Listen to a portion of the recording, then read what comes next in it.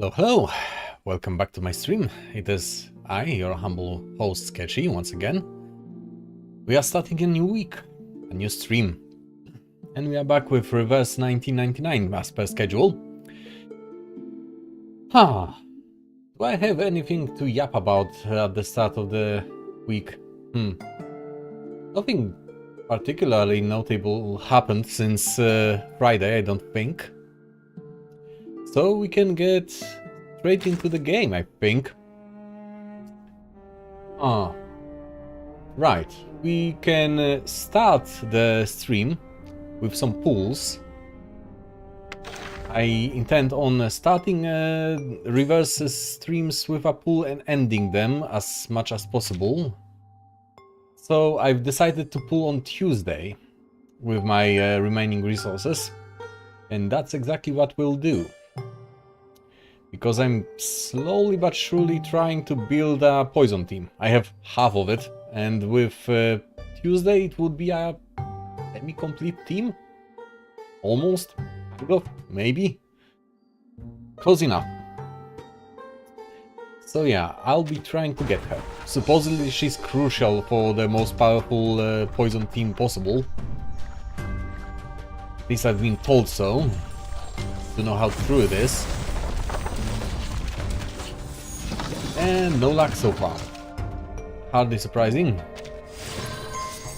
Who is it? Everything in the world is born of laws and regulations. I have several of him. Several copies already.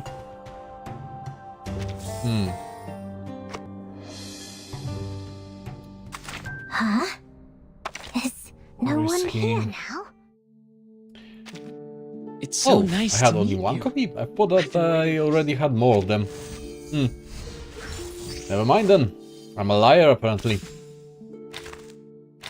Fair enough. So, that's the obligatory pull done. Disappointment has been applied. Now we can get back to the story, I think. Won't be wasting too much time. And it was this one. Also, I'm not entirely sure if after Route 77 I should be doing Last Evening on Earth or A Nightmare at Green Lake, because I know that it's either or. One of those two.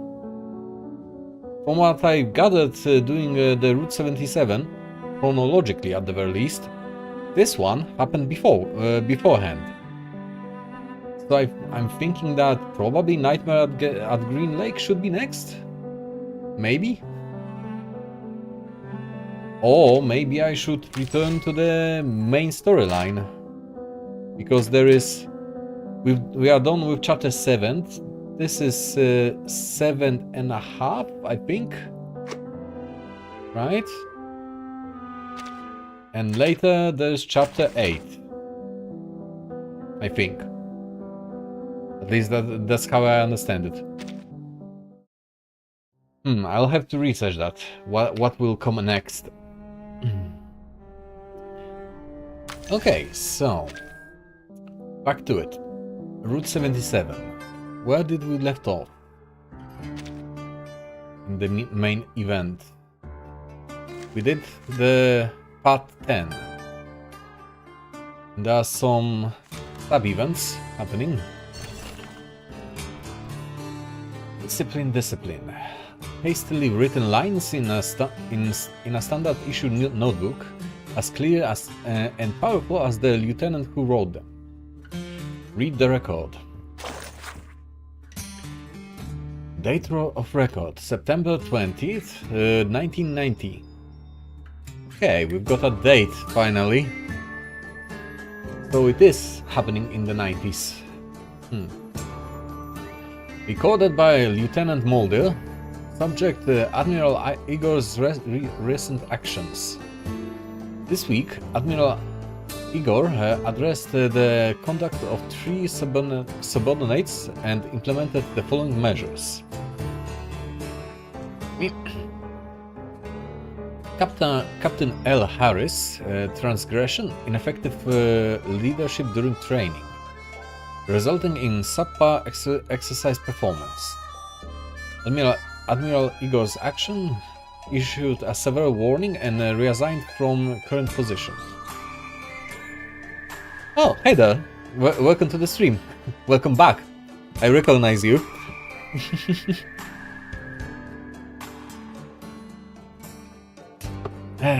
So, as I was saying, another one, Sergeant K. Rodriguez, transgression, breach of military discipline, unauthorized absence from duty.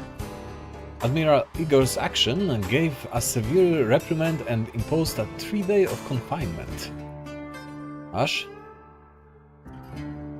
Lieutenant J. Davis, transgression, failure to complete assigned tasks within a designated time frame.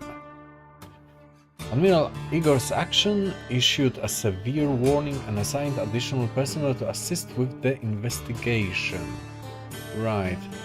The source of the leak has been identified as Stephen Garcia. Was that the guy who ended himself in the motel? I think it was Stephen, if I remember correctly. Leaked content, vacuum bomb explosion footage. Okay, end of record. Note to self. It's evident that Admiral's stringent measures are aimed at reinforcing military discipline. We must ensure that every officer and soldier adheres strictly to their duties and maintains a high level of readiness. Some officers believe he has been excessively harsh recently. Discuss this with them. High Command's perspective. Arrange a meeting for the Admiral. Tracking target K, Texas. Awaiting scout report. So this was the guy who oversaw the detonation of the bomb on Arcana's ass. The guy that we've seen in that short cutscene, if I remember correctly. Okay. And there's another sub-event here. Every town has its own story, some fit for prime time, other for filling shots. Read diary. February 5th. Well, ain't that odd. Pierce came back early this morning, scared out of his mind. I had never seen the kid so freaked out. He sped through town and only slammed on the brakes when he got to the front door, as if something was chasing him. That nut almost ran over Marita's little bulldog. Only God knows what he ran into. February 15th. The birds were chirping the whole night long. I had never seen so many of them gathered together. Oh boy, they were so noisy. I barely slept a wink. Ruth was scared. She thought it was some kind of a omen. What a joke. Those long-baked birdies weren't afraid of shotguns, that's for sure. I fired a shot at them, but only few got spooked enough to fly away. Maybe it was an omen. Father Morgan suggested hiring a bird control team, if such a thing exists in the big city, that is. But I still think we should assemble all the gun users in the town and kill all birds once and for all, rather than scare them off. That's excessive as hell. Also a scenario to a movie, I vaguely recall, actually. Okay. March 27th. Had a nightmare, a very vivid one. Though I can't for the life of me remember what it was all about now. So, was it vivid if you cannot remember it anymore? Okay. Ruth woke up scared too. I comforted her. It was just a nightmare, nothing more. March 13th. March 30th. Excuse me. Pierce didn't come back from Houston, but the police sure did. They said Pierce's employer in Houston reported him missing, thinking he ran off with their money. I won't put it past that sly fox. Jesus Christ, that's a long report. Rather long diary entry. April 10th. All night long, the birds were making that racket again. When I pulled back the curtains in the morning, I thought I was still dreaming, but it was real. There were so many birds, they were blocking out the sun. Okay, it was like a walking nightmare. April 12th, the birds scattered. Everyone looked kind of strange. It has been ages since I saw Martha walking her dog, and Ruth started bowling over the most trivial things. It's unnerving. April 17th. John is back in town, looking like his soul got swallowed up by the devil. I saw him running, screaming like a madman. Then he just collapsed on the lawn all of a sudden, crying and begging for something to spare him. Father Morgan came, but he had this strange look about him. I heard what Johnny was saying. He was mumbling on and on about a motel. Right, presumably our motel. May 13th. I talked to a realtor. Yeah, it's come to that. I'm finally thinking about moving. Why? I don't know. I guess you could call it a gut feeling. Maybe my mind can be eased a bit somewhere new. Right. Regarding the events I told you about, Route 77 are related to Chapter 8. This means that after you finish Route 77, you go directly to Chapter 8. Right. As for Nightmare at Green Lake, the message cut off, I'm guessing. Fair enough. I'm guessing that you will elaborate. But yeah, if that's the case, I'll jump straight into chapter 7.5, and then chapter 8 after this. Fair enough. Okay. Part 11. Please do not disturb.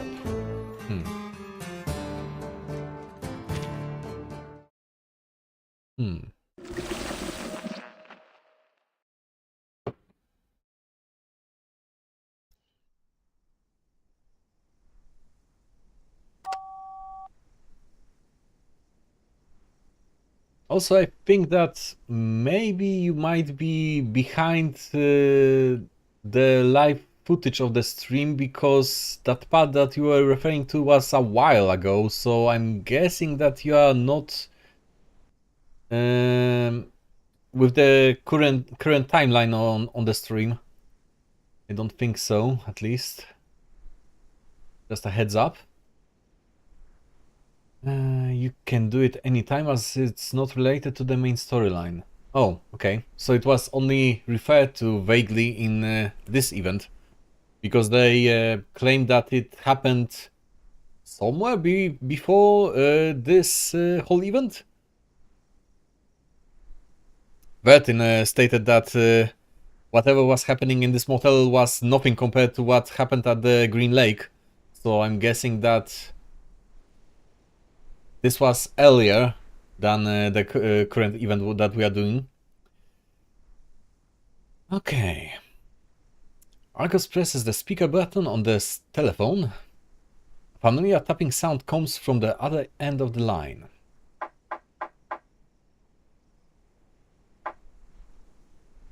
Okay, another Morse code bit.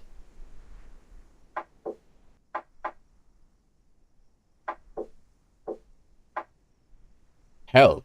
Okay. Help.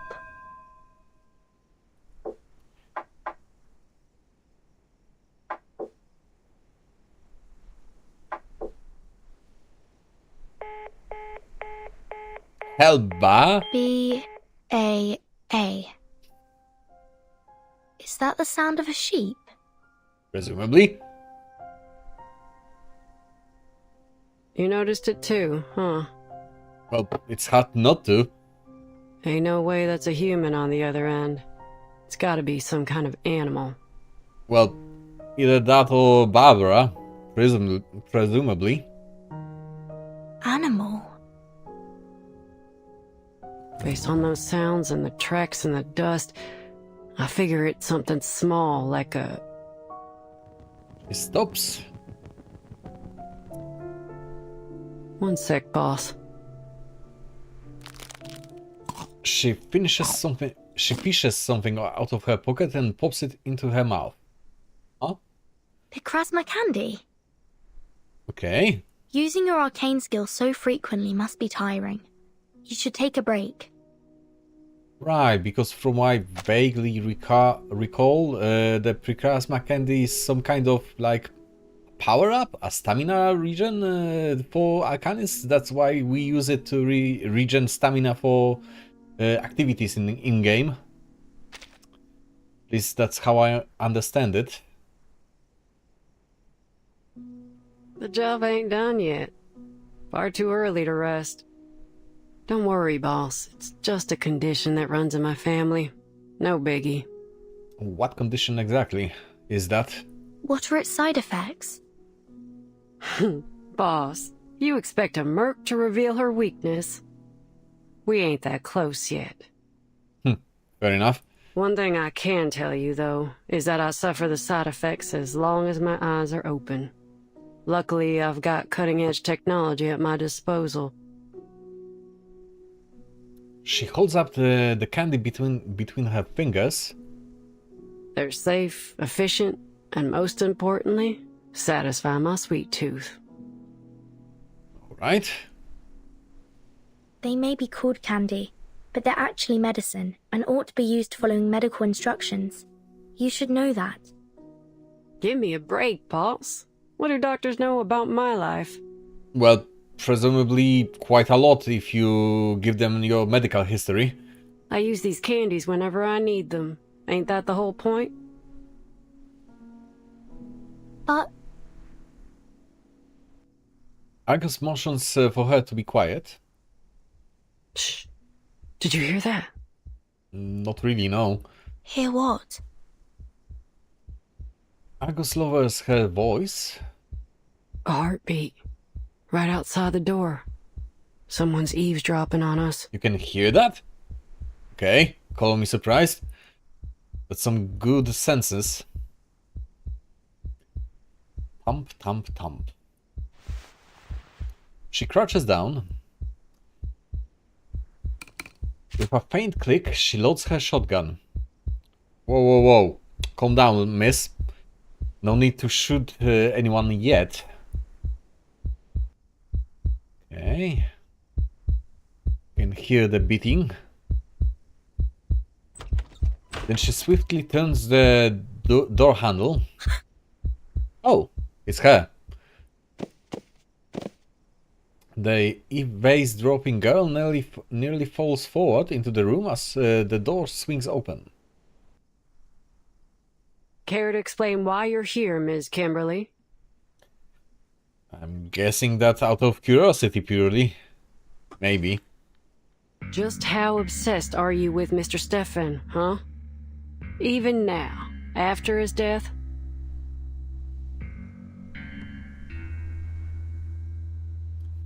After you finish chapter 8, you will move on to Last Evening on Earth, then chapter 9.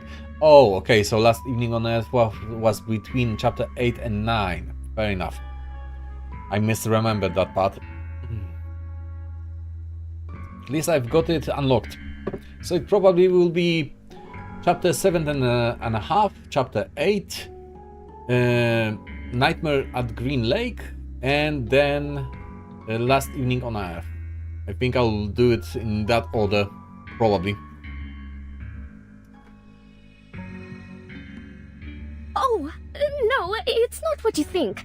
I was just looking for my toy and it just so happens. Toy? Toy, she says. What kind of toy? It ain't my style to point a gun at an unarmed person, but sometimes you gotta do what you gotta do. Especially when they're speaking with a forked tongue. Yeah, I'm calling bullshit on everything that this supposed Miss Kimberly says. I know what you are, as you would say. 5. I told you, I was just looking for something. Right. 4. Are you joking? Why won't you believe me? She stomps her feet anxiously, making the floor tremble a little. 3. I didn't. She closes her eyes as if she has made a decision. 2. 1. Oh? She pulls the trigger. The bullet flies past Miss Kimberly's ear. Her face turns pale. She calls up desperately, trying to make herself smaller. Why is she so afraid of us, considering what she is? At least what I think she is, considering that we've seen what she can do. What happened between then and now? Don't kill me, please. I didn't do anything. Is she playing? Is this fake? Or did something happen to make her powerless? In between the chapter... Not chapter, the Glory to the Golden City storyline and now.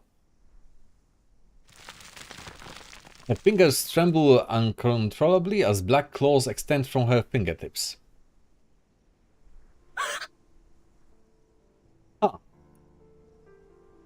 She looks at the claws in shock, quickly tucking them into her chest, then looks nervously at the two of them. Did she lose her memories or something like that? I saw them in Kimberly and Matilda's report. There we go. I thought it was just a coincidence, but now I realise it wasn't.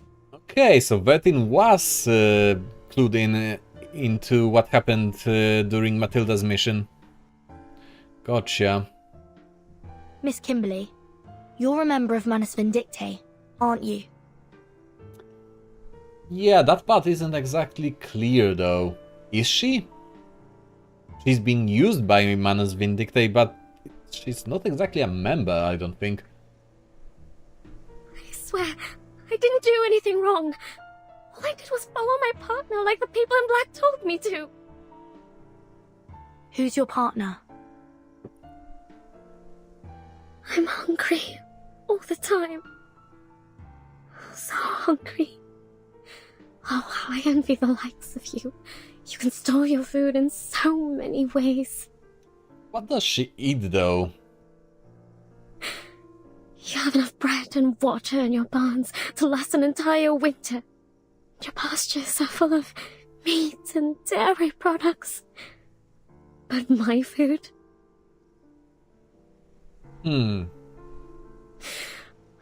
I promise, all I'm trying to do is get back what I lost. There's no need to be afraid. We won't hurt you, as long as you tell me the name of your partner. Miss Kimberly's eyes dart around. If I tell you her name, will you let me go? That depends on your sincerity. She's called Miss Grace. Doesn't ring a bell. Was it the person that Lilia met at the Xenobase? Maybe. What's your purpose here?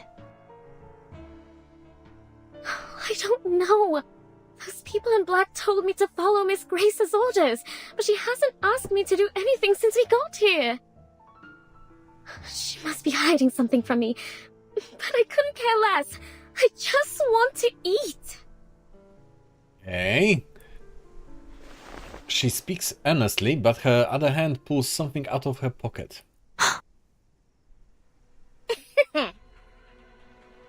She gives a sly smile and crushes the item in her hand, releasing a veil of thick black smoke. Right. You annoying little brats can catch me in your dreams. Okay, so she was playing us. That's fair. She's casting a teleport ritual.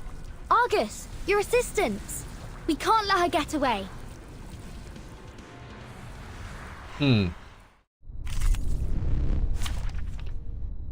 Okay. Let's kick her ass, shall we?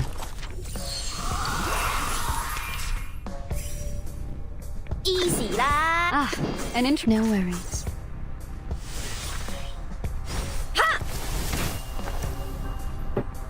Concentrate and visualize. Thank you for your cooperation. And she's gone. 너 가슬인가? Okay.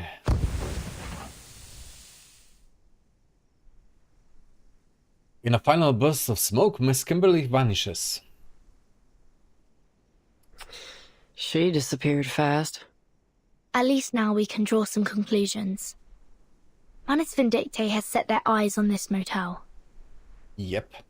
Under the name of the Order of Enlightenment, they used this place as a base and conducted some failed ritual experiments before they left.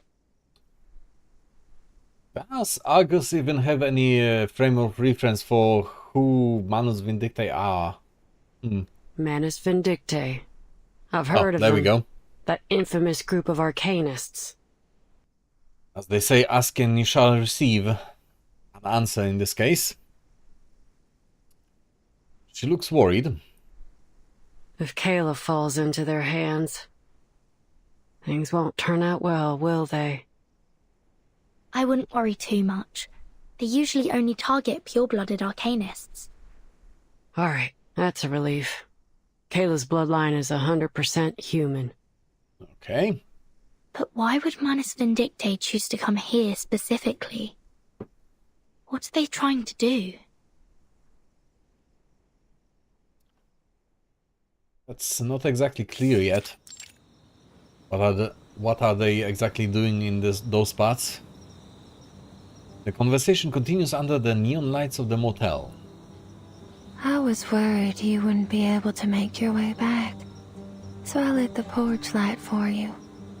Oh, but how annoying that these moths keep fluttering around. Right, because Tuesday met up with Lilia in front of the hotel last time. I remember that vaguely. Cut the crap, lady. Where's Vertin? Take me to her. I rarely turn on this light. My baby never gets lost, you see. That wasn't the request, nor the question. She gives a faint smile. But a young, spirited child such as yourself always needs a light to lead the way. Am I right? To the weary traveler, this light is a shelter. To a child, it's a mother. And to you, what does this light mean to you? Is that a trick question or what? The maid's face flushes red. No matter who they are, people need a light to shine through the darkness, to chase away their fears. Don't you agree? What's your deal, Tuesday? I still don't get you. Are you a member of the Order of Enlightenment? Order of Enlightenment? Don't think she is. I think she's just weird. Oh, you mean those troublesome guests? Guests. The maid ignores her question and continues talking to herself. I don't like them one bit. They've scribbled all over the place and made a mess of the rooms. They hurt my baby. Oh, okay, so she's not an ally of theirs. Oh, my poor baby. Shh, don't be scared. Also, what the hell is with now. that bundle that she's carrying around? We know that's not a baby. What is it? She gently comforts the child in her arms, patting the swaddling cloth softly. Are they still here? Oh, of course. They made an offer that I couldn't refuse. After all, Such as what, exactly? How much did they pay you? Oh, you are naive, my sweet child. There are countless things in this world that money can't buy. Okay. That's vague. A traveler can't buy the sudden appearance of a hotel at just the right time. A crying child can't buy the comforting embrace of their mother. And I can't buy that thrilling satisfaction brought by sweet darkness. Okay. Ominous. The maid's near neurotic muttering is getting on Lilia's nerves, I bet. Enough of your endless rambling. I can't waste any more time talking to you. I can't. With every blink, Lilia's sight becomes increasingly blurred. She can just about make out the maid's smile. Oh, okay.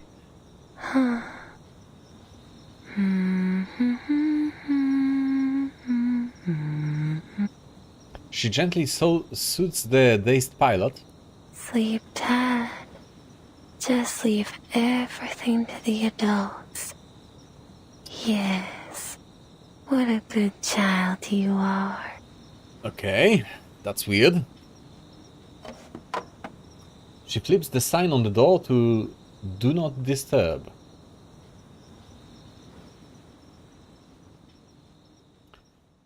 Fair enough.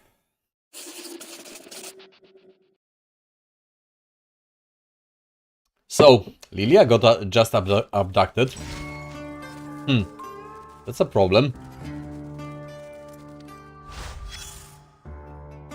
What is this?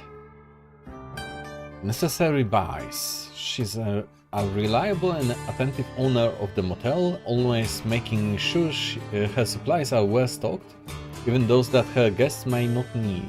Read the list.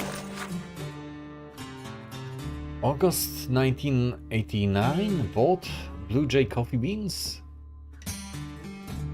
with filters, River Valley bedsheets, 15 sets, going through these too fast, need a countermeasure. Why are you going through bedsheets fast? You usually reuse those. Second-hand TV, one set, a good deal. Haunted, spooky shadows within.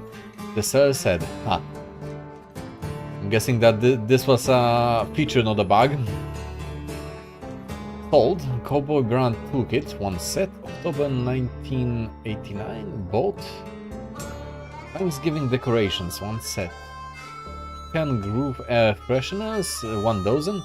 Bloodstained trick is too simple, need to have a word with it. What the hell? Light of the South boats, 1 dozen. Pretty crumby, but affordable and useful. Fresh cream, 3 pints. From Old Stewart's Ranch. Yeah. Maybe get some candy next time? November 1989, bought Texas Trail candy, 5 boxes. Marigold body wash, 1 dozen, smells too strong. January 1990, bought 7-star tea bags, 3 boxes, Fresh Ranch butter, River Valley bedsheets, 12 cents, hope this batch lasts longer. Sold. Second-hand TV set. Sorry, darling, but it's time to say goodbye. Her buying and selling habits are completely nonsensical, but sure.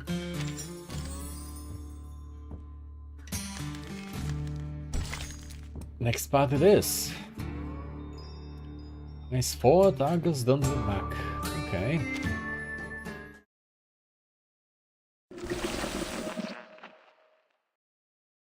The Girl and the Hound.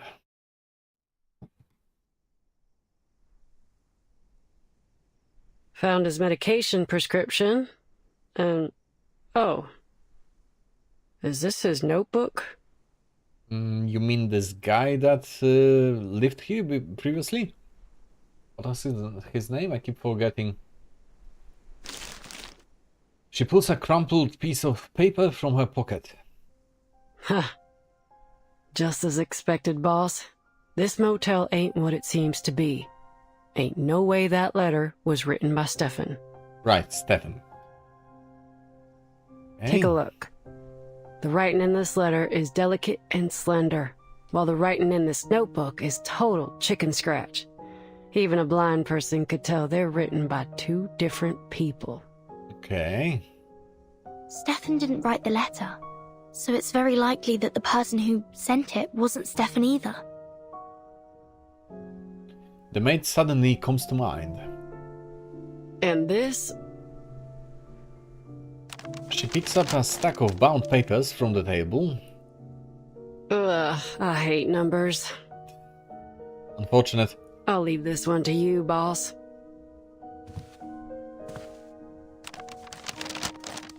What do you have It for appears us? to be Mr. Stefan's records of his daily expenses, along with some notes. Okay. Cigarettes, alcohol, and a significant amount of psychiatric medication. Okay, so he was a little bit cuckoo. It says, he was tormented by his hallucinations day after day, so he had to increase his dosage. Well, in this world, this could also mean that he had some arcane effect on him. And it says he saw a room numbered 707 here. The motel only has 2 floors. There can't be a room starting with 7. Did he describe it at all? He said the room had a bright red door that seemed completely out of place. Maybe it was just one of his hallucinations.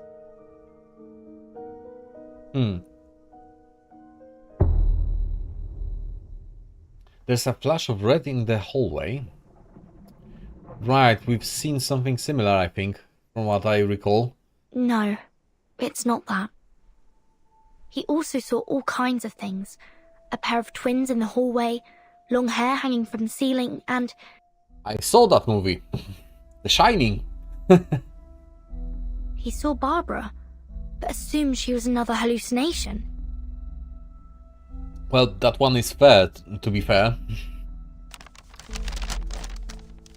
A small sheep's head is sketched on the paper. Well, that's a very exaggerated sketch of her. This proves that Barbara's been to the motel. Which means...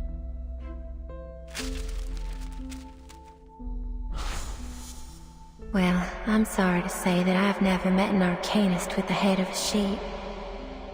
Yeah, she's lying to us all the time, I think. I can help you ask around if you...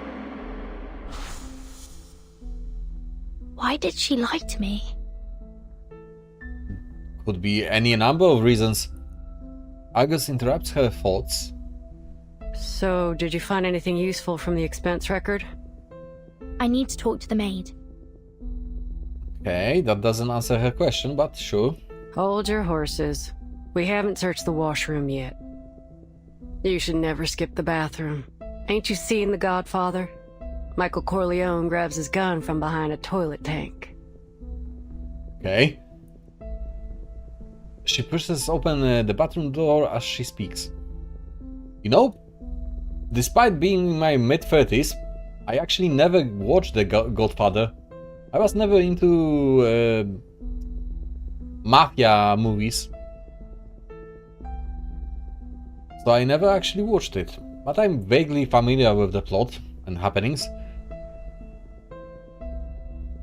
Okay, she pushes open the bathroom door as she speaks. The bathroom mirror is surrounded by half-burned candles.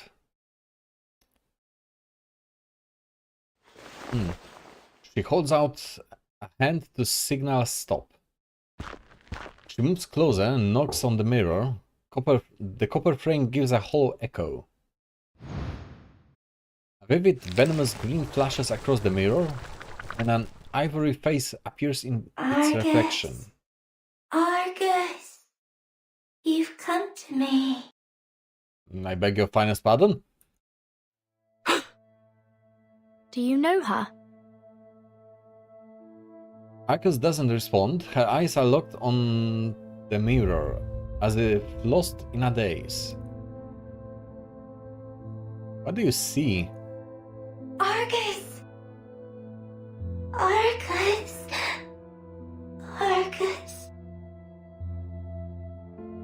The faint voice echoes around the bathroom, like waves crashing repeatedly against the shore. It's not possible. What isn't? Argus's silence gives rise to a bold speculation. Is that Kayla? No, there's no way that's her. If you knew Kayla like I do, you'd say the same. This distorted reflection in the mirror is probably a result of the excessive arcanum in this motel. A ritual similar to Bloody Mary used to be quite popular among the kids in this town. Oh, it's an actual thing in this world, okay? If you look into a mirror at exactly midnight, the spirit within will morph into the shape of the person you desire most. But if you respond to the spirit's call, it will drain your soul from your body. I always thought those were just myths. Well, Bertin, considering your world setting, myths are just unresolved arcanum mysteries. So did I. But after all the strange things I've seen, I've become less surprised. These spirits feed on the energy of our souls. That's why you should never trust a word they say. The people who are tricked by them fall into a kind of trance, and some, like Mr. Stefan, go crazy. Alright. I wonder what he saw in the mirror. Anyway, I won't repeat his mistake. She raises her shotgun, ready to fire. For mercs like me, the deepest despair ain't external danger. It's internal hesitation. Okay. If some pale imitation makes me hesitate so easily, then how can I claim to be able to protect others? You've got to be able to stand your ground. So presumably only she's seeing what she's seeing in that mirror.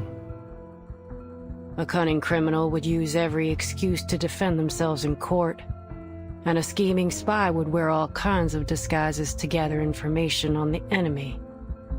That's why we've got to stay sharp. When it comes down to it, we only have our own two legs to stand on. Mercs ain't philosophers. Once a merc starts pondering morals, justice, and ethics, they're digging their own grave. Well, that's kind of a bleak outlook, but not exactly wrong. For a merc, the mission objective is the only thing that matters. Overthinking don't bring nothing but disaster and destruction. That's why it won't fool me.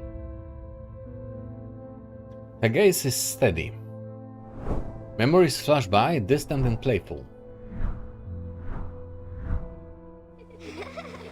Laughing and running in through those grassy fields. The folks on the ranch adored little Kayla. She was the apple of all their eyes.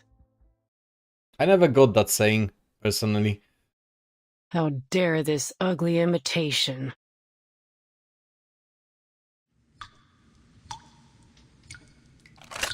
He forcefully loads the shotgun, so she aims her gun squarely at the mirror. Okay, and she breaks it. Gotcha. Here's my response. And what did it do?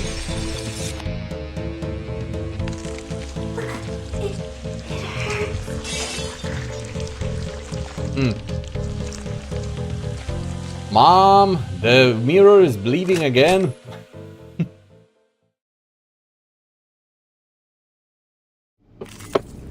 Okay, so we are fighting a mirror apparently.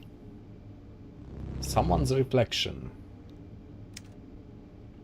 More of those dog pings. Fair enough.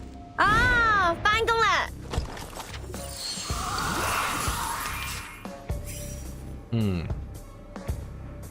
Easy, that. No worries.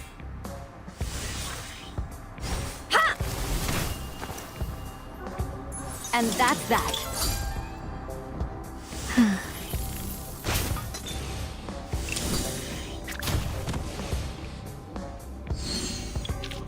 And No, cooked. puzzling, Easy huh? enough. What are these? Argus, you've come to me. Let this serve as a reminder to remain vigilant. If there were a deceitful spirit of the year award, I'm sure that would win. Okay.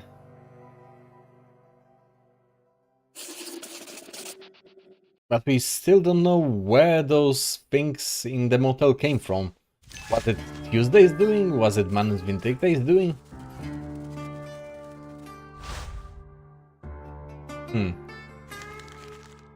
Okay, before we continue, I'll take a short bathroom break. I'll be right back. 5 minutes max and I'm back.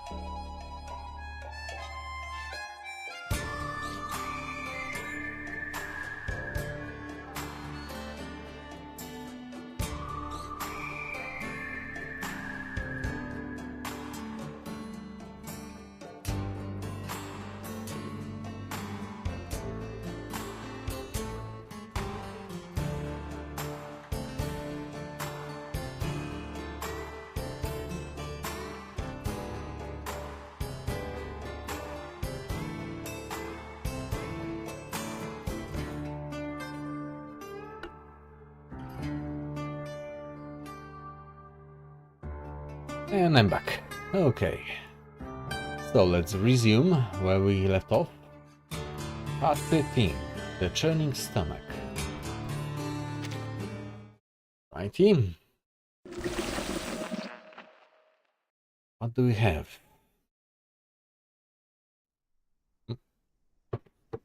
God damn it. Stefan Garcia, a Xeno captain, 36 years old. Interesting. He's exactly my age. Fair enough.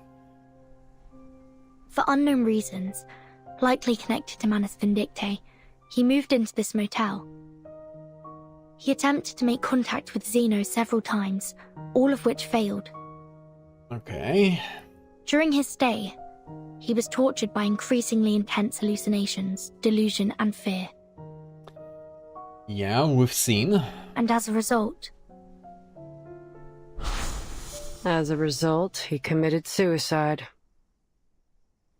Presumably, because that's what Kimberly told us.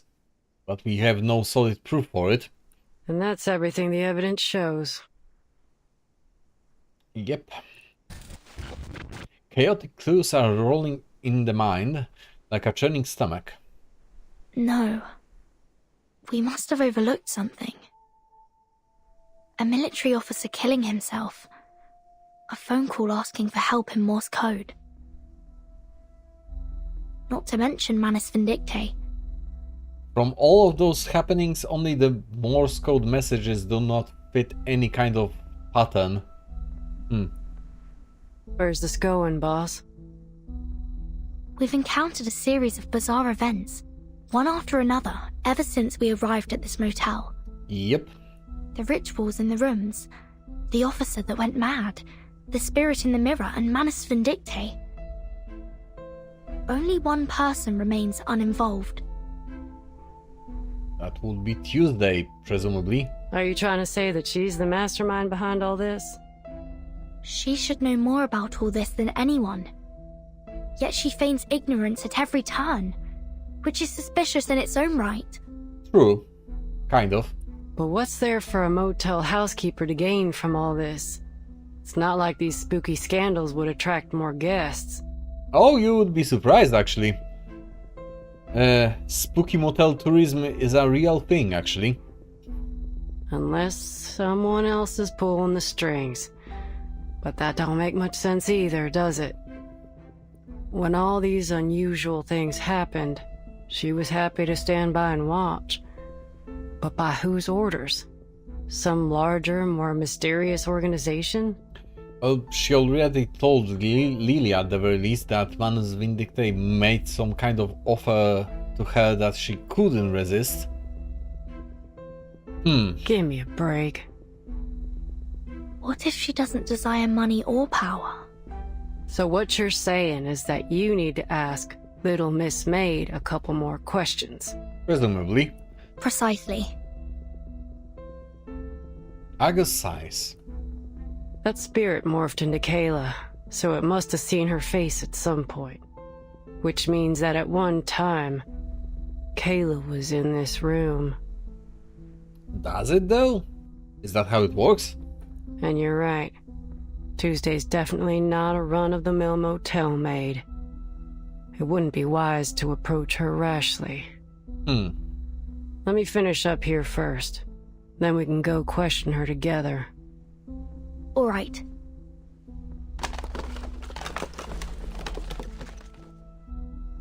After a moment, Agus shakes her head in disappointment.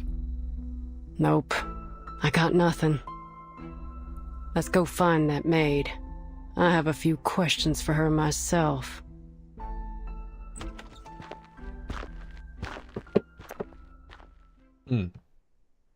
She makes her way across the room and opens the door. She freezes. Oh, the body's gone. Okay. Where'd the body go? Well, I'm guessing that Tuesday cleaned that up. The corpse that had been lying in the hallway has vanished, leaving only a pool of blood on the floor.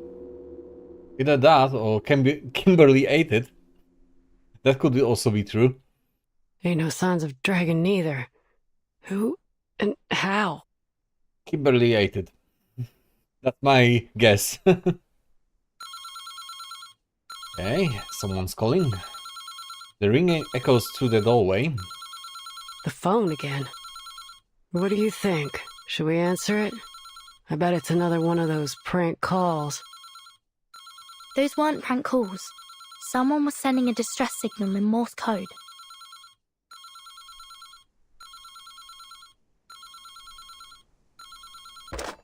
She picks up the receiver and presses the speaker button. Could you tell me what year it is now? Okay, that's new.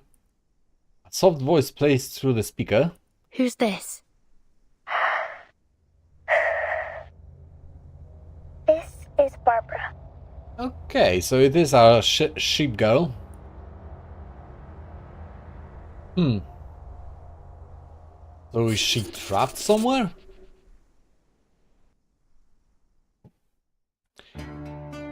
Okay. May they be blessed, part 14. Hey.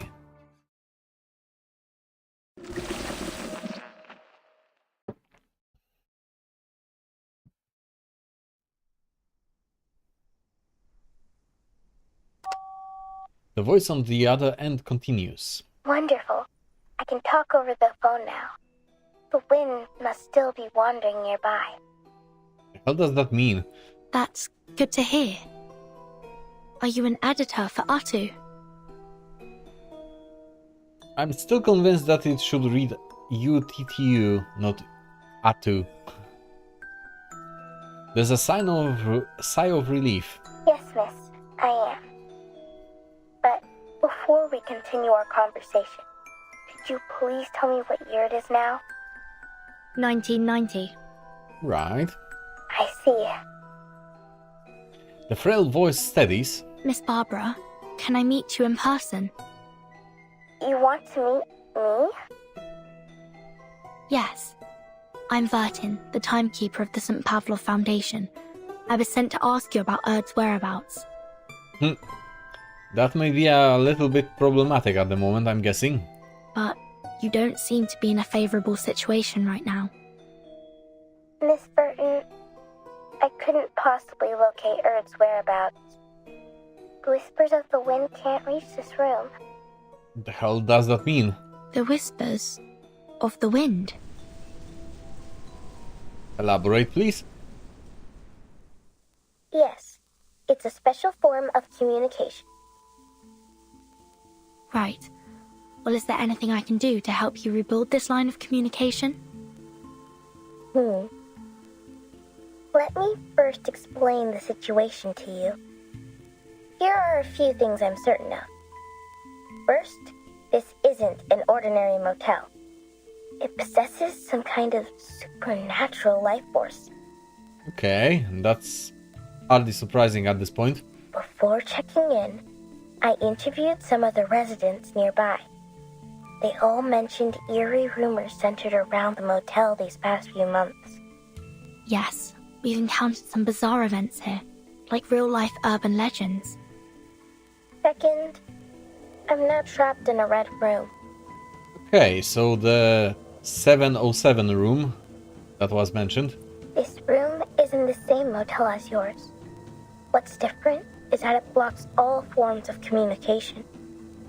I couldn't get the room to open, and my voice didn't reach through the phone. That wasn't until a gunshot broke this intangible restraint. This small room contracted violently, and now I can communicate with the outside world. Huh. Okay, so Argus shooting things around apparently triggered something. At first, I thought it was an earthquake, but the contracted space soon returned to normal. Earthquakes can't do that, can they? I'm no expert, don't ask me. Before this happened, were you using spiders to communicate with the world outside?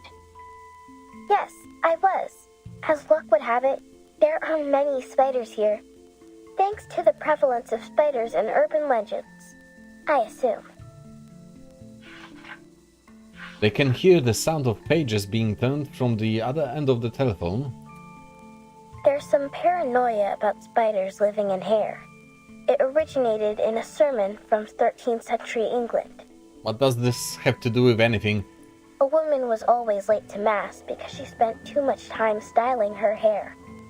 Eventually, a devil attached itself to her hair in the form of a spider. Okay. Yes, they delivered messages for me in their own peculiar way. Being completely isolated from the outside world greatly unsettled me. It reminded me of that terrible phenomenon. She takes a few light breaths. Fortunately, that wasn't the case. But you're still trapped in that room, right? Yes, the door's gone. I can't get out from the inside. How did you get in there in the first place? Or rather, who brought you into that room? Well, who else could it be? The maid named Tuesday. Alright. Just as I expected. Wait.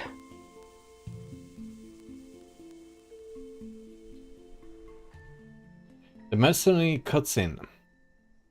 You're the driver who left me on the road, right? I remember your voice. Huh, okay. Yeah, it's me. I actually changed my mind and turned back to get you, but you were gone by the time I arrived. I guess that's when you came to this motel, right? Yes, Tuesday saw me and invited me here. Oh. Did you want to ask me something? Have you seen a girl of about 5'3" here? In a white dress, curly chestnut-colored hair, green eyes, small hands. I may have seen her. When I first arrived, I saw a girl who matched your description coming down the hallway. Right. She was carrying an empty basket. I presumed that she'd been shopping in the town nearby. If I recall correctly, she didn't check out. Maybe she's stuck in another room in the motel. Thank you. She slumps her shoulders and the light in her eyes dims. She says no more. How can we find this room? It's just in the hallway, number 707. Well, it's not there anymore, I don't think. Look for a door covered in red.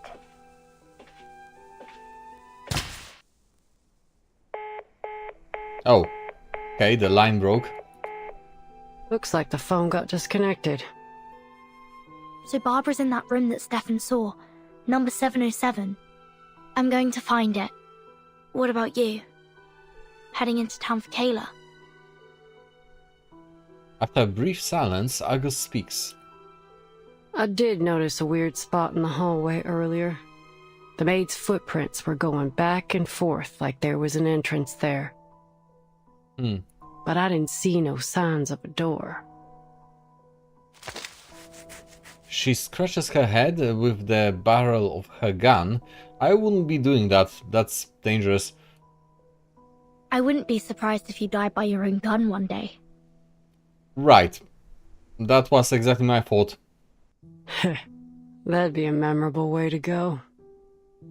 Alright, enough kidding around. She picks up.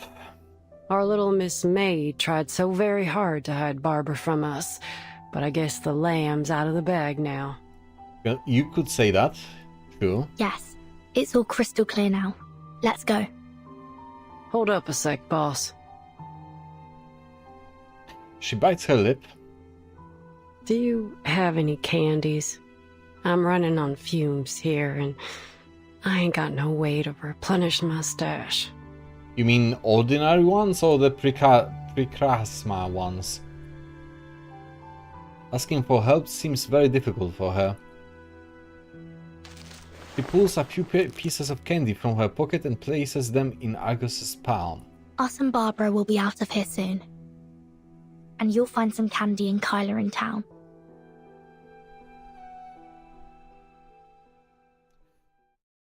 So she's effectively dependent on those, it seems. Okay. 20th century miracles. Details a significant event of the late 20th century. Essential reading. Read the report. Experiment report. Methods. Through the aid of voluntary donations, the research team extracted a nucleus from a female Arcanist. Genetic mother A and an enucleated egg cell from a female human, genetic mother B. The nucleus was cultivated and processed to enhance its receptivity to new genetic instructions. After injecting the donor cell nucleus into the enucleated egg cell, an electric pulse was used to fuse the nucleus with the egg, the cytoplasm, initiating cell division and forming embryonic cells. During this process, the ratio of Arcanist to human genetic material was adjusted by be nearly equal. In experiment number 277, the embryo developed well, meeting the criteria for transplantation, and was implanted into the uterus of a thin Dorset ewe after formation. What? Observations. 0 months old. The subject was born through natural delivery with 60.05%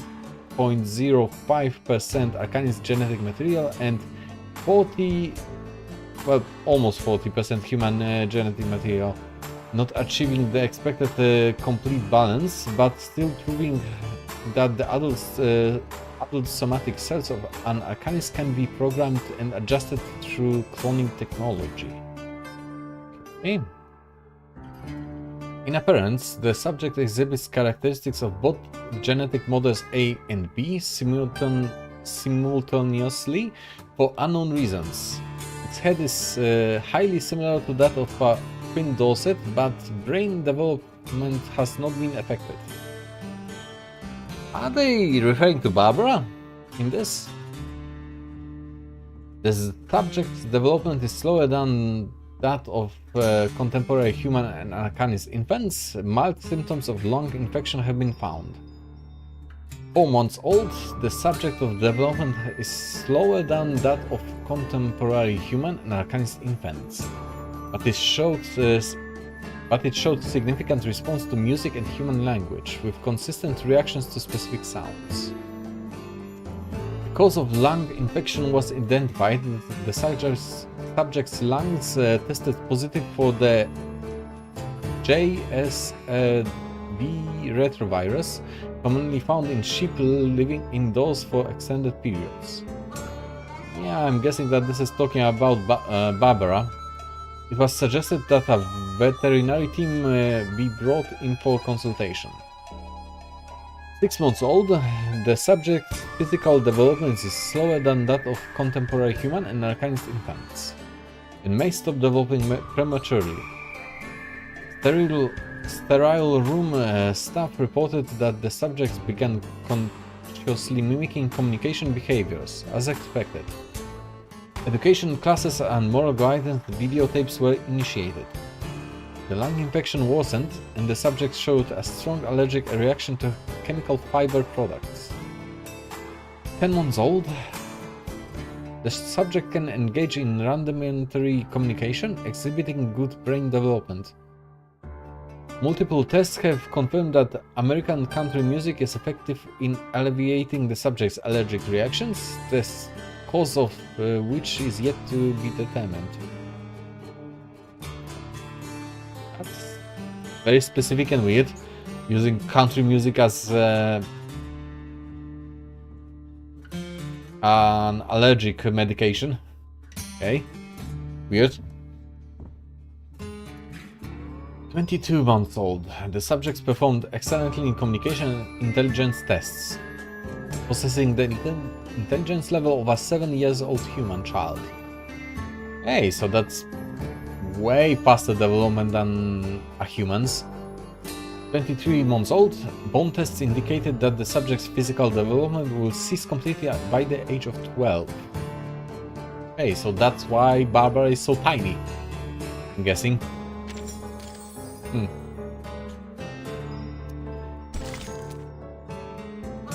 The front desk call. Dial the number and service will swiftly follow. A good motel should offer nothing less.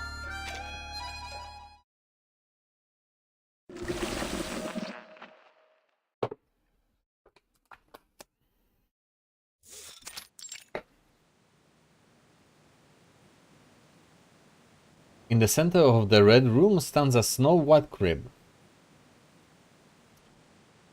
The hanging curtains sway slightly like pulsating veins. An Arcanist with the head of a sheep stands there, silently observing the translucent fabric. Footsteps draw closer, but she doesn't turn to face them. Are you not satisfied with my services? Hi again, Tuesday.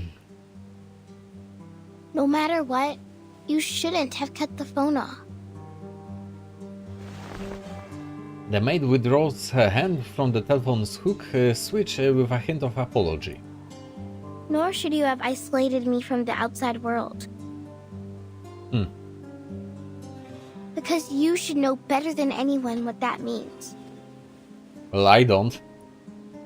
Why should I?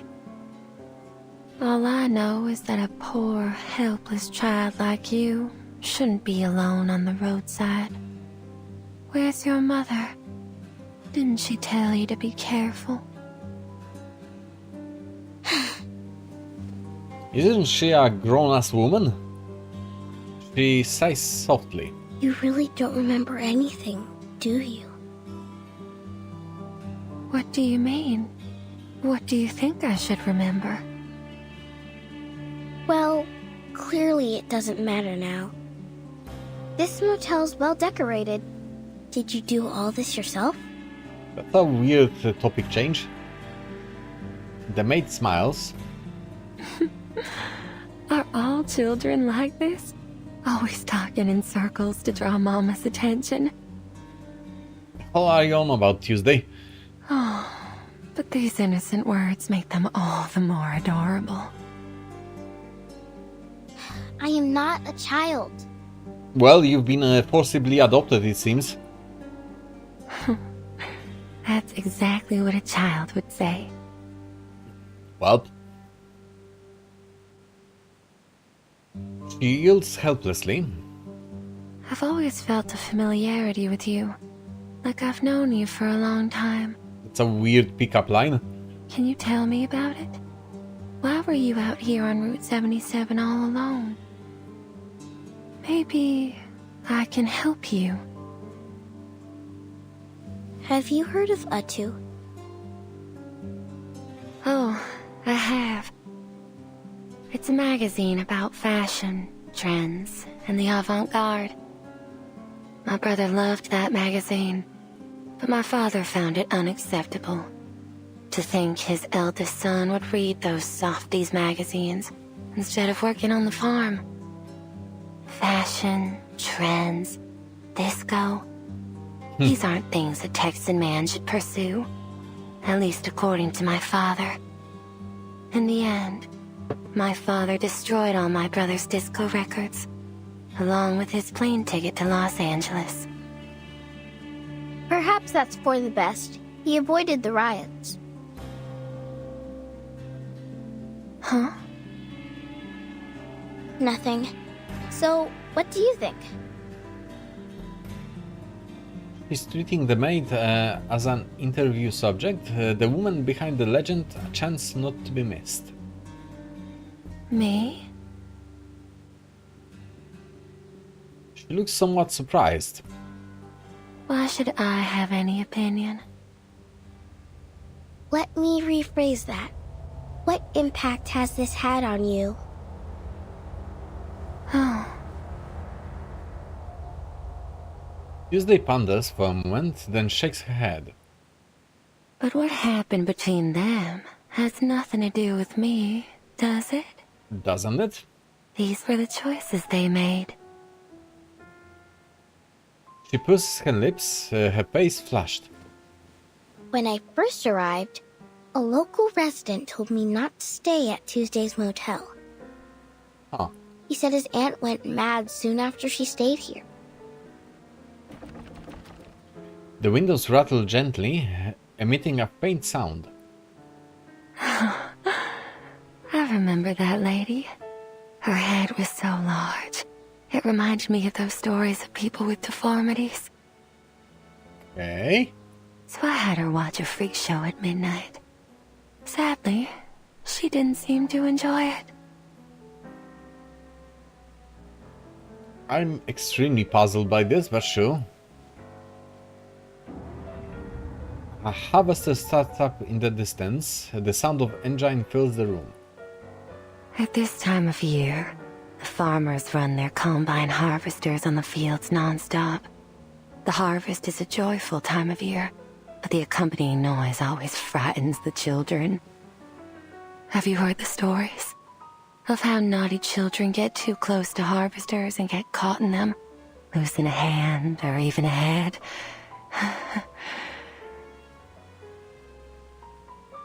Fields, machinery, children with severed limbs.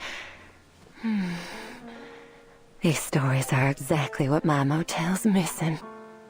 Are you sure about that? The window rattling grows more frantic. So she is effectively running a haunted motel. Fair enough. Oh, my baby's calling. Please excuse me. I don't want another temper tantrum on my hands. Apologies, my fluffy little child. I look forward to our next conversation. Talking to you always brings me inspiration. But the motel's been too busy lately. It's starting to get on my nerves. The maid speaks slowly, her face flushed again. Her cough is weak like a sickly child's. Oh, see, this is what I mean. How could I bear to send you out on your own? You'll stay right here in this cozy little room until you're fully recovered. I don't think this room is conducive to her health, considering that she seems to have an allergy to synthetic fabric. I don't need this special treatment of yours. Staying here won't cure my illness. Just get some sleep. You'll come to your senses after a good rest. Okay. I'll see you soon. The maid lightly steps out of the room. Barbara watches as the door vanishes. Okay.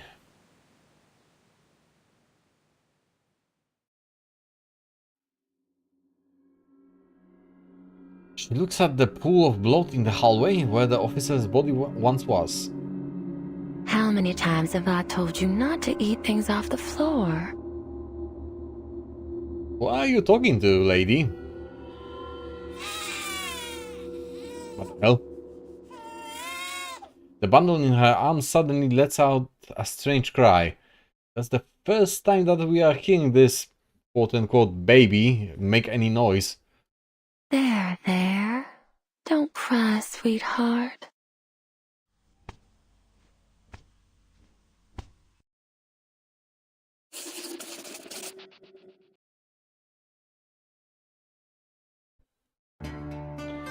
Okay. So, part 16th.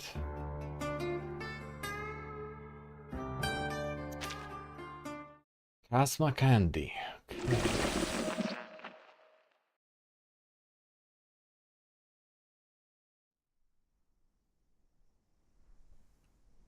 Is this the spot? Sure is shooting. The hallway looks identical to any other. Look, these footprints. They're less than 10 minutes old. But where's the door to room 707? Presumably it's invisible?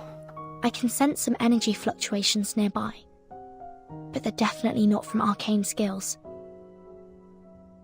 She presses her palm against the wall. What else could produce such intense energy? Oh, can I help you with something? Hi, Tuesday. Are you going to be weird? The maid's voice comes unexpectedly from behind them. Miss Tuesday, I've got a question for you. Several, in fact. She stares intently at the maid, her gaze sharp as if she's finally caught the scent of her prey. Do you know how to get to room 707? 707? She's going to claim that there's no such room, I'm guessing. Yup. What I've been looking for might just be in that room. I'm usually more than happy to satisfy the requests of my guests, as long as it's within my power. But this one crosses the line. Oh, and why is that exactly? Shame. Looks like negotiations are over. Time for fisticuffs. And thence we came forth to see again the stars. Okay, that's an incantation of some sort. For a brief moment, a glimmer of emerald light reignites in her eye. Using arcane skills so frequently is bad for your eyes. Didn't your family ever tell you that? Okay. Her voice carries genuine concern. So you knew what we were doing all along. Of course. You weren't exactly subtle in your actions. What did you expect? But you've reached your limit now. 3. What's that supposed to mean? 2. Oh, is that a threat? Screw this. Your mind games won't work on me. 1. What now? Okay, it's lights out. The lights in the mercenary's eye goes out in an instant. Her eyes widen. Huh? Who turned the lights off?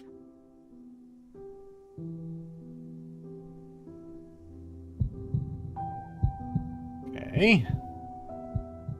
The hallway lights are as bright as ever. The lights are still on, dear. Did she make Argus blind somehow? Argus doesn't respond. She pulls a Picrasma candy from her pocket. Her hands tremble slightly, causing it to slip from her grasp and fall to the floor with a clack. She picks it up and places it back in Argus's hand. You rely far too much on Picrasma candy. It can't solve all your problems.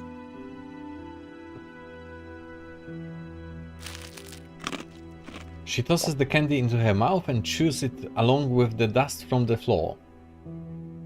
They usually work wonders for me. Just one candy restores 50% of my vision. But in my line of work, 50% is never enough. So, as she uses her skills, she's slowly going blind. That's unfortunate. That's why I take 2. I need my vision to be at least 100%. She runs the candy along her tongue, and the expected sweetness fills her mouth. That'll do the job most of the time, but sometimes I've got an extremely challenging task. That's when I eat a 3rd candy. At that point, it's getting extremely dangerous. She pops another candy in her mouth. I should be able to see now. No miracle occurs. Her eyes remain still, like a night sky with no stars. Should I take more? Maybe don't. Absolutely not. The large amount of candy you've eaten is exactly why your eyes have failed you, and in such a crucial moment, no less. Excess leads to destruction. This is true for all things. You do well to learn your limits. What?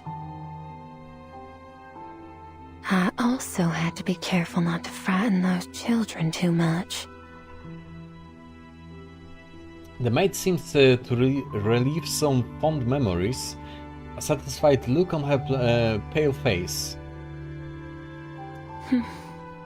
You've always put your faith in these candies, haven't you? 1 candy, 50% recovery. 2 candies, 100%. 3 candies, and you can tackle even the most insurmountable problem. Oh, how dependable they are. Just like the venerable Argus, who succeeds in any job she takes on. She chuckles. It's precisely your excessive confidence in these candies that has led to your marvelous destruction. Just as the people's trust in you as a mercenary has led you to this bottomless abyss. Oh, you poor thing. And of course, they'd never have imagined this. Argus, the mercenary named after the 100-eyed, all-seeing giant, is in fact a blind fool. Who the hell are you? She fires in the direction of her voice, the gunshot ringing in their ears. Okay, that's the baby again. The bullet pierces the wall and a strange wail echoes through the halls of the motel. Damn it! Damn it! Missed me. She digs her fingers into her hands as she tries to control her trembling. She steps forward, pushing her chest against the barrel of the gun. There you go. Now there's no way you can miss. But do you have the guts to pull the trigger? What is she playing here? She tilts her head slightly, smiling. The decision's yours to make. But once I'm dead, you'll never find room 707. Okay. Barbara, Kayla, everything you're looking for is all in that room, isn't it? Well, that's... Don't you dare say her name with that filthy mouth! That's a question to you, actually. But why? Miss Kayla's such a lovely guest. I very much enjoyed her company. The maid looks at the mercenary's face with interest as it twists in rage. Enough.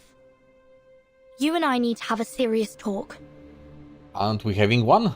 Oh, there's no need for that. Actually, my baby's eager to meet you. Okay. Your baby? She looks at the bundle of swaddling cloth in the maid's arms. Yes. In fact, the baby is the master of this motel. The hell do you mean? She holds out the bundle. I think the two of you ought to meet each other first. Here, hold it. What the hell is it? She places it in her arms. The bundle is much lighter than she expected, not the weight of a child. This is... She sees the carpet beneath her feet transform into a quagmire. Tuesday stands on top of the mud, smiling at her. Burden! Burden! The mercenary's shouts are dulled, as if she's been plunged underwater. She hears hurried footsteps approaching from a distance and feels the once light bundle becomes heavy as lead. Something engulfs her ankles, pulling her down, down, down into a world of endless darkness. Let go of it, Burden! An emerald flame struggles to light up, and the mercenary lying on the ground tightly grabs her hand. I ain't letting our deal end this way. Not while I draw breath. Argus!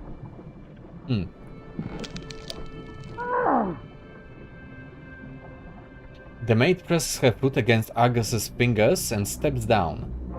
Argus screams in pain. Don't you interrupt them. There's no need to worry, Miss Burton. I've done this countless times. Okay, spoken like a true doctor. Now, allow me to peer into your dreams. I do not consent? Question mark?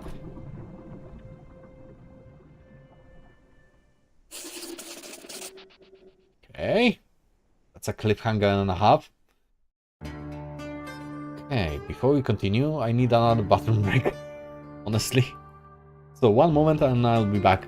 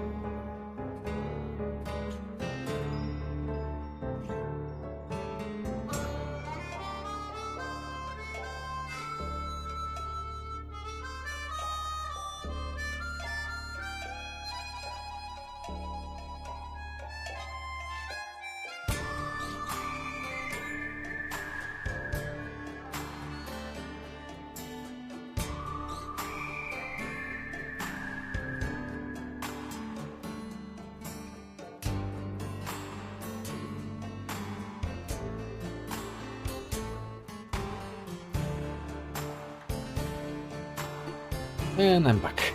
Okay. So, let's continue this mystery.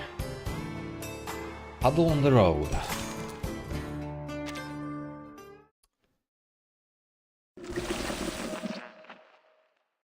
Part 17th. The sounds of the world fade into a total silence, and when she opens her eyes again, there's nothing but darkness. Where am I? Good question. Where are you? Plop. A cool drop of water falls on her nose. Is that rain? I can catch anything with a toss. That's her memory from her childhood.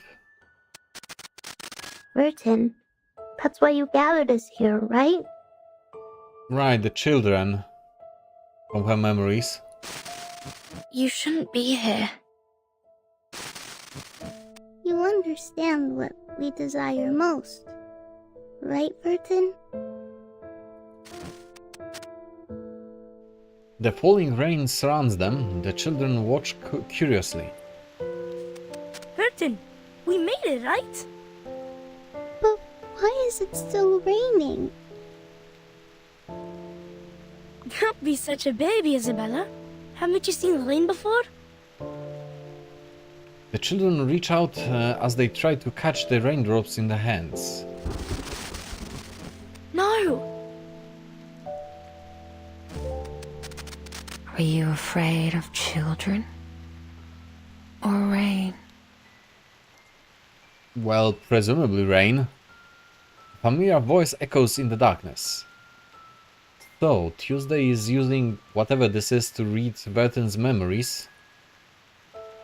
No, I'm not afraid of them. Yeah, she's afraid for them, rather. Rain is common. It's always falling somewhere in the world. It's merely an ordinary weather phenomenon. The maid snaps her fingers. Raindrops halt, then start to flow upwards. This is the kind of rain you're afraid of, isn't it? Oh, okay. I've never seen rain fall upwards. Is this some creation of your imagination? Still, I don't see why you'd be afraid of rain falling in reverse. Okay, so she is not aware of the storms, duly noted. Would you care to enlighten me, dear child? Miss Tuesday, please. Stop trying to get in my head and tell me where Argus is. The maid ignores her and steps closer. Before I met you, I never thought that a person without fear could exist in the world. I've never once guessed someone's fear incorrectly either. You really are something else. Well, Vertin is afraid of the storms, but she's not paralyzed by that fear. She's fighting it actively. You didn't guess incorrectly. Right. These reversed raindrops have brought utter chaos to the world, pulverizing people under the crushing wheel of time. You should be thankful you've never seen it. But it can't stop us anymore. Because the umbrella's here. Right, it's after the development of the umbrellas. She opens the umbrella. At least now, when the storm comes, I can hold up the umbrella and protect my companions.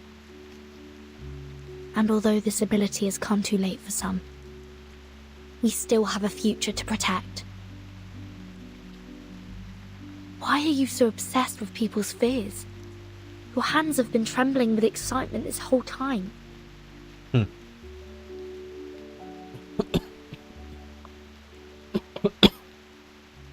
Excuse me.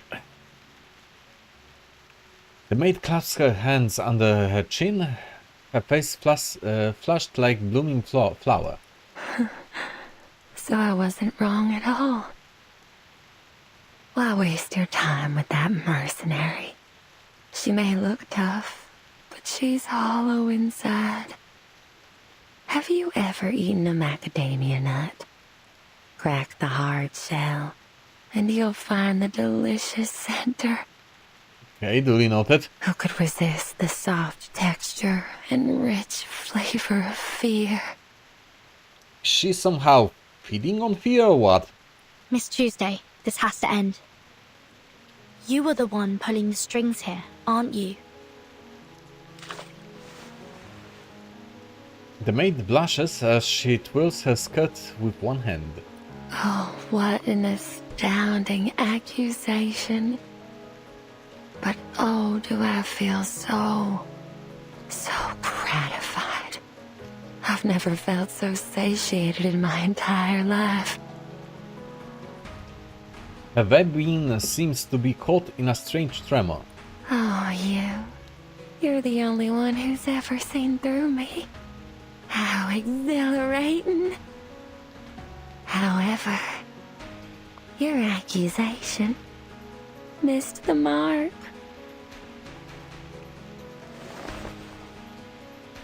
She stretches out her hands. They look especially pure under the rain.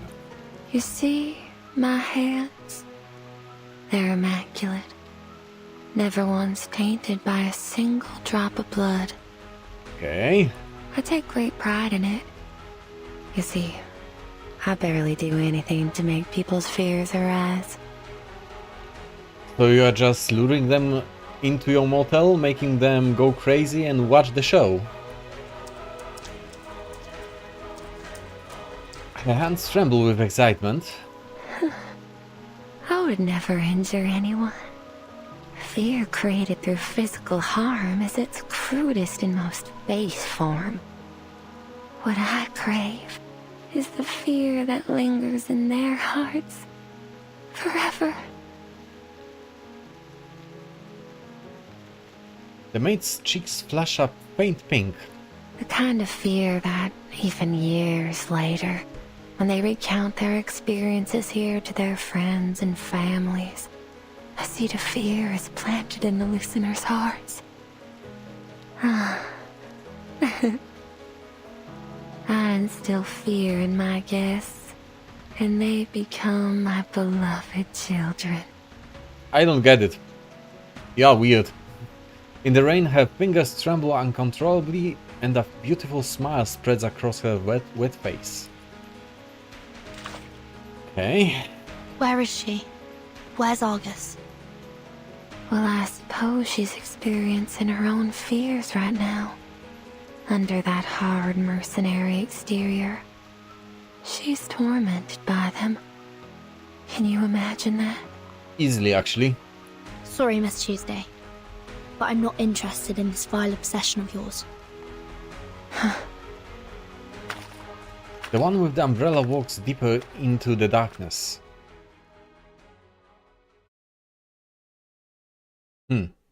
Okay.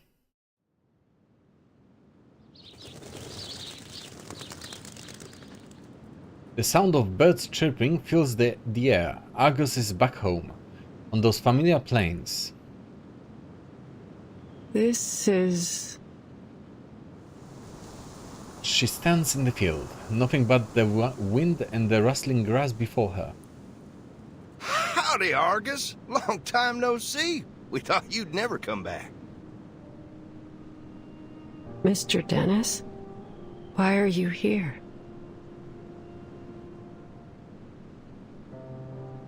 Oh boy, you listening to yourself? Why wouldn't I be here? It's my daughter's wedding day. Huh? Oh, well, congratulations.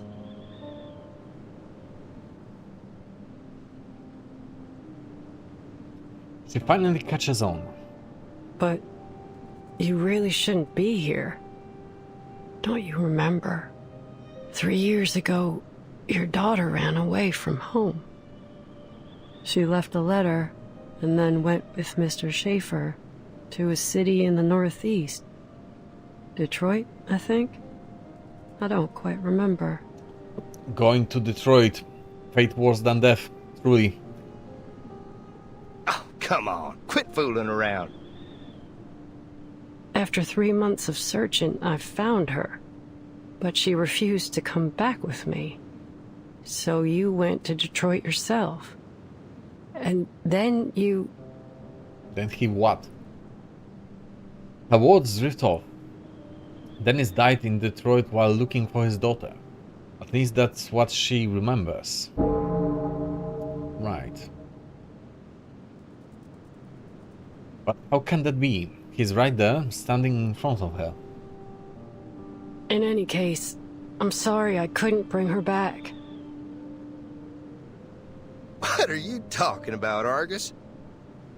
You must be tired from working on all those requests that the townsfolk have pushed upon you.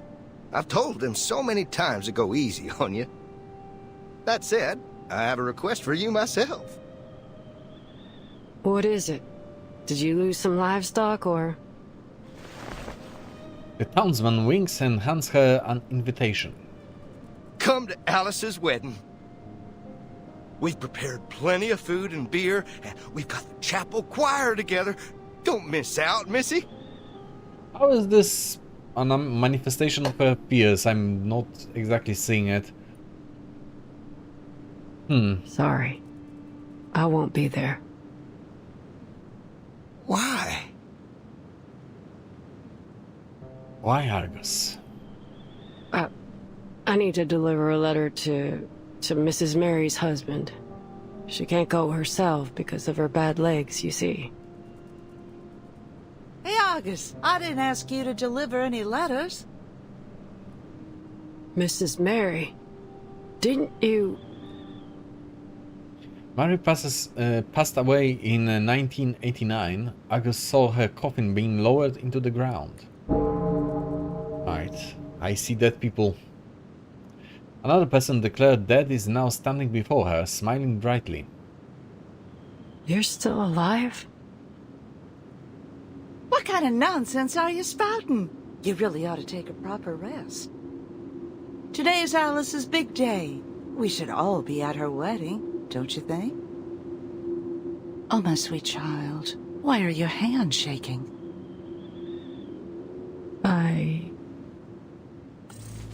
Are you afraid? Why? Are you afraid of their happiness? Or are you afraid of your failure? Probably the second. I'm not a failure. Oh, my sweet child. Argus, Argus, got a message to send? Go get Argus, your trusted friend. Okay. Argus, Argus, got a cheap fast cat. Go get Argus, she's got your back. Argus. A foreign voice echoes through their mouths and surrounds her. Who's there?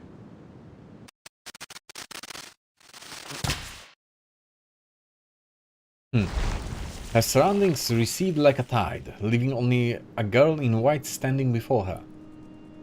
Wrapped in half-soiled birth cloth, a lamb lies at her feet. The girl's hands are covered in blood and amniotic fluid. Her smile is as pure as a dove. It's me, Kayla. You haven't forgotten me, have you? Okay, so it's that girl. Sure. Kayla. It's getting dark. We should take them back. Ain't no way they'll make it through the night out here with their mama hurt. And you can't see a thing at night. Yeah, we need to go back now. Can't delay any longer.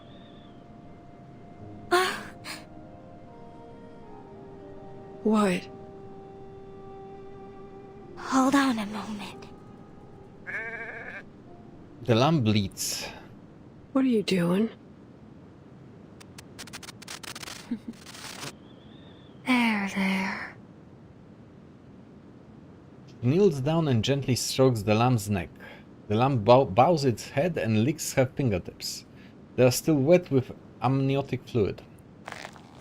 Kayla smiles and tightens her grip around the lamb's neck. lets out a piercing cry, sending a distant flock of birds into the air. That escalated quickly. The cry becomes weaker, more strangled, and then silent as the life is squeezed out of its body. What purpose did that serve? Isn't it better to die a quick death than end up in the belly of a wolf? Okay. You've got no right to make that decision. No living thing is born to simply die. It could have stood up. It could have survived. The girl gets to her feet. We can go now.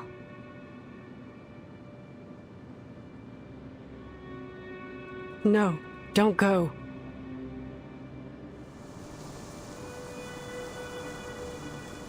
The change in the eye color I actually didn't notice. I'm guessing that it's the same color as Tuesday. Probably she's screwing with Argus's head, I'm guessing. I don't remember the original color of Kayla's eyes, that's the problem, so I wouldn't notice the change.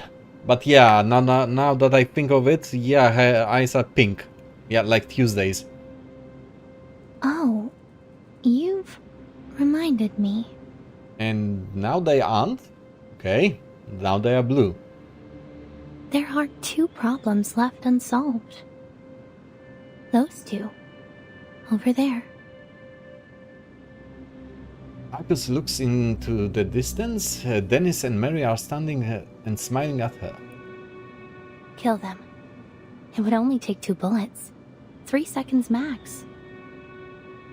Her eyes were green? Well, maybe I'm tripping now. That may be just as well true. Well, now they are blue. Also, I hallucinated pink in some manner previously, so maybe I'm tripping. Okay. As long as they're alive, they'll come after you just as hard as you hunt the targets of your missions. I'm sure you know that better than I do. Why should I kill them? Do you need a reason? Usually you need one, yes. Just do as we've always done. I say, and you do. No need to think about it. Isn't that what you pride yourself on? A mindless tool that blindly follows orders. That's all a mercenary needs to be. Isn't that the so-called value of a mercenary that you always talk about? No, it ain't true. What's with the hesitation anyway? It's not like you give a damn about other people's lives. The only reason you can't bring yourself to kill them is because you enjoy how they always praise you and depend on you. You ain't Kayla. No, she ain't. Seriously?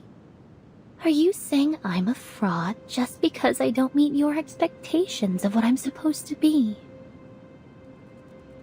The girl gives an inexplicable smile. Fine. If you think I'm not Kayla, then why don't you kill me now? Just shoot me in the chest, and these people will treat you like a hero. They'll gather in the fields, holding torches, and chant your name. Argus abruptly raises her gun, but her hands are shaking, the barrel trembling. Argus, Argus, she's spineless. Argus, Argus, she's... Okay, she pulled the trigger. Argus, Argus. The deepest despairing external danger. If there were a deceitful spirit eternal hesitation, we only have our own 2 legs to stand on.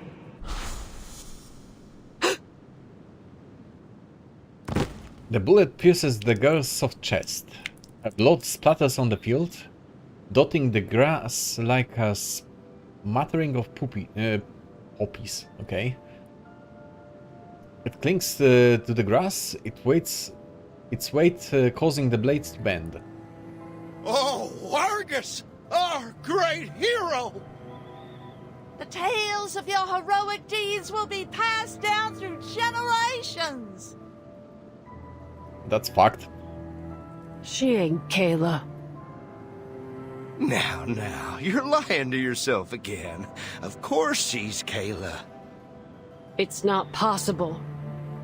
Do I need to show you the bullet through her heart for you to believe it, Bonehead? Damn it! She loads a bullet into the chamber with a crisp click. Don't pull the trigger. Oh, Burton's here now. An unexpected voice comes from beside her. Burton? How did she get all the way out here? Where did she come from? Calm down, Argus.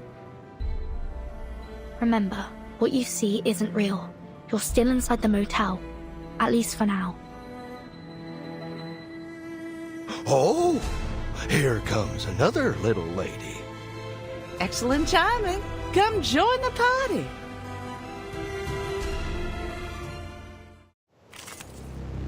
Okay. What are we even fighting? Random cactuses. Okay. Duly noted. Weird choice. 翻工啦 ！Easy 啦。 Let me think. No worries. Crackers and fireworks. 同幽动微，莫运虚无。Thank you for your cooperation.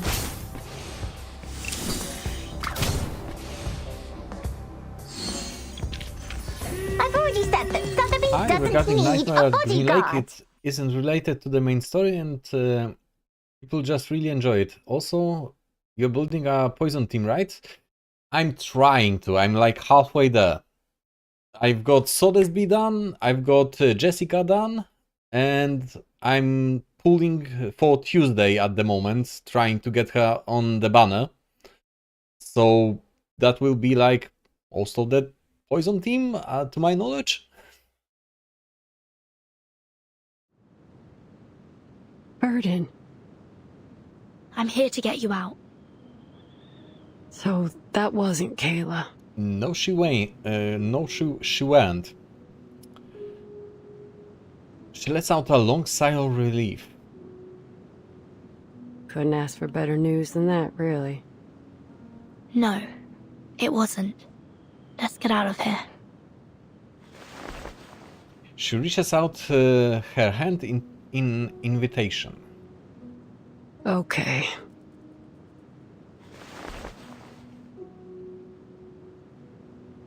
Amazing, because right after Lawrence is another good poison character, so I hope you have enough pulls.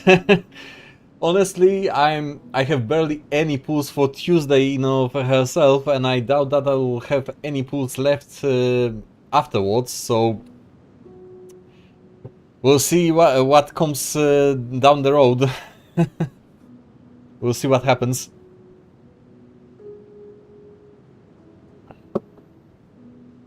Argus reaches out. She feels like something abominable is chasing after her. That if she stops, the shadow of confusion will come and swallow her whole. And this hand is her only salvation, her escape from this labyrinth, so she grasps it tightly. She ain't Kayla. Yes, we've established that already, Argus.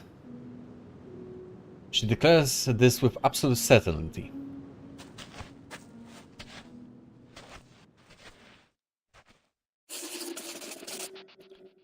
Okay. So, I think this will be the last part that we do on today's stream for Reverse 1999.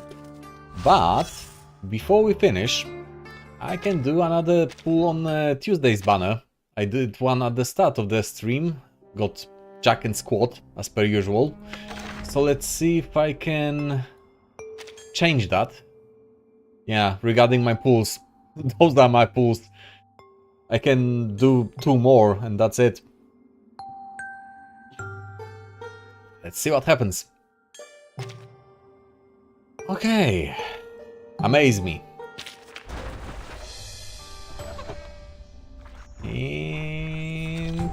I'm seeing orange. Okay, that's promising. What do we have? And all. And there she is. It's Okay, such a pleasure to see not you too bad. again. I did like I see there are children here.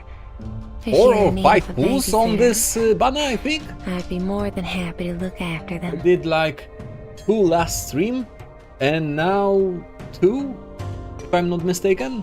So 4 pools for Tuesday. Not too shabby. I'm happy for with this outcome.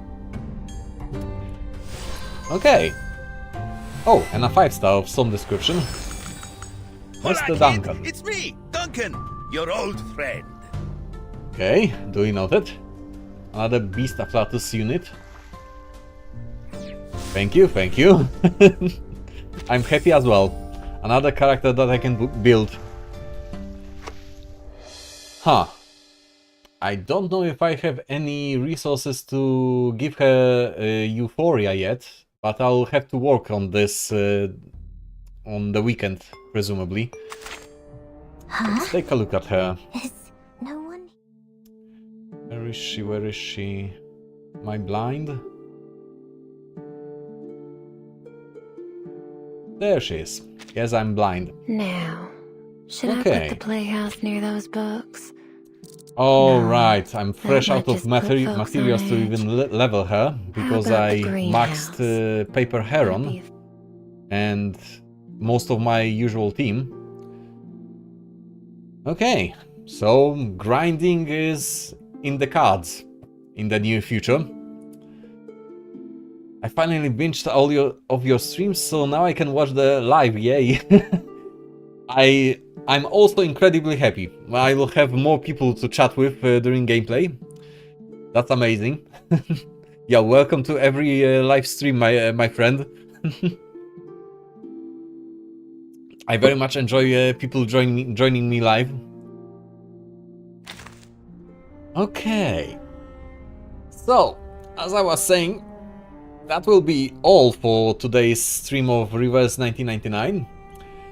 I'll be taking like half an hour break and I'll be back with another Evil Within stream because we are close to finishing that game.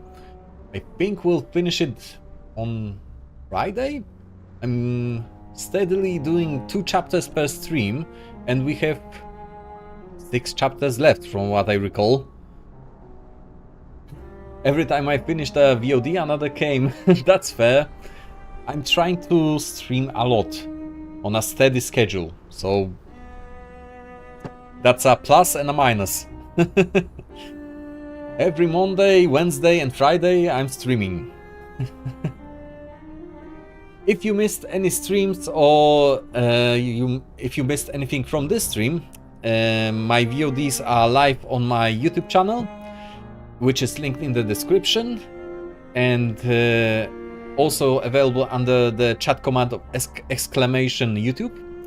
If you want to see my upcoming schedule for my streams, that's what my Discord server is for, so you can go there through the link in the description or type exclamation Discord to get the link.